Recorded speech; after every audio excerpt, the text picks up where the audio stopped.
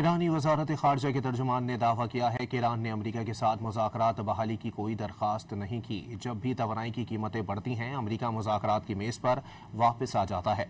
अमरीका को जंग और आमने के वक्त का तयन करने की इजाज़त नहीं देंगे। तेहरान में प्रेस कॉन्फ्रेंस करते हुए कहा कि न्यूक्लियर एनर्जी का पुरअमन इस्तेमाल सबका हक है। तेहरान अमरीका सऊदी अरब से बिलियन जोहरी डील की हिमायत करता है।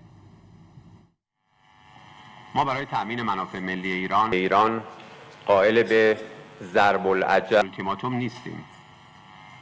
این یک. دو، اینکه این جنگ رو ما شروع نکردیم. ما در هر دو نوبت، یعنی هم در خرداد ماه و هم در اسفند 404 در دفاع از کیان ایران وارد عمل شدیم و اعلام کردیم تا هر زمان که منافع ایران اقتضا بکنه به دفاع از خودمون ادامه میدیم. بدون تردید اگر آمریکا یا رژیم صهیونیستی مرتکب ماجراجویی تازه‌ای بشن، حتما نیروهای مسلح